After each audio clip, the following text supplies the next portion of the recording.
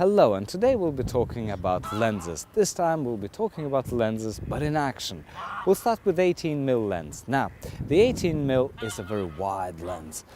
But why do I stick to 18? Why not go wider? Well, because in my opinion, if you go wider, you're attracting the attention to the fact that it's wide. You are not showing off the enormity of the place, the interior perhaps, but you are saying that, hey guys, I've got a wide-angle lens and look how wide everything looks. It is touched too much of this wideness, so to speak. So to me, 18 is perfect for wide-angle lens. It looks amazing on cranes, sliders, jibs, all sorts of grip that provides you with motion. So 18mm is your perfect lens to show off a lot of motion, a lot of enormity, and to show off the spaces, if that is your intention, that you want to make it look larger than life. The next lens is 24mm. Again, it's on the wide side of spectrum, but it's wide enough to show the enormity of the place without attracting too much attention to the fact that it's wide. Now, what do I mean by that? It's perfect when you're trying to show the interior of the place, but without saying, hey, this is larger than life place, this is massive, this is whoosh. It has got this calm feel about it.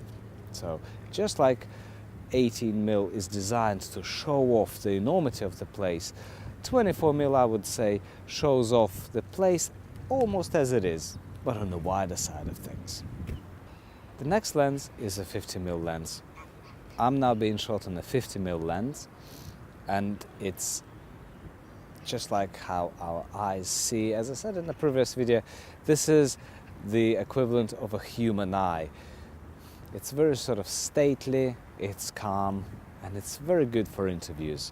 So again, this is a shot on a 50mm lens. You can use it in handheld sequences, but it gives you this honest edge about them. It doesn't show anything larger than life, and it doesn't squish everything the way that the telephoto long lenses do. So it's a sort of nice lens if you want to show a little bit of movement. This is a 50mm lens whilst being handheld. I'm moving very slowly, and you can see that yes, it is quite good, but you don't see the enormity of the place. So this is your 50mm lens handheld. And the last but not least of all the lenses that we will be talking about today is this one. It is 70-200mm lens. It's good for the shots where you want to throw the background out completely. Unlike 50mm lens, it does a particularly interesting wash. It's almost like it completely throws the background out. Also, when you're using this lens for videos, beware of the rolling shutter. Every single nudge on the tripod may send in a very unpleasantly looking shutter across the screen. So beware of the rolling shutter. Make sure you fix it to the tripod, unless you have rails and the railing system on your DSLR. But also, when it comes to motion, make sure that the motion is very soft and very gentle. There we go. This is your 200mm side of the 70-200mm lens, and you can see it in action.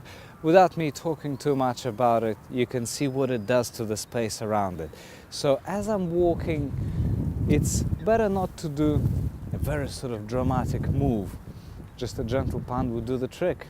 So there we go. This is your long lens. This is another good usage of the long lens, where space around me is highly compressed.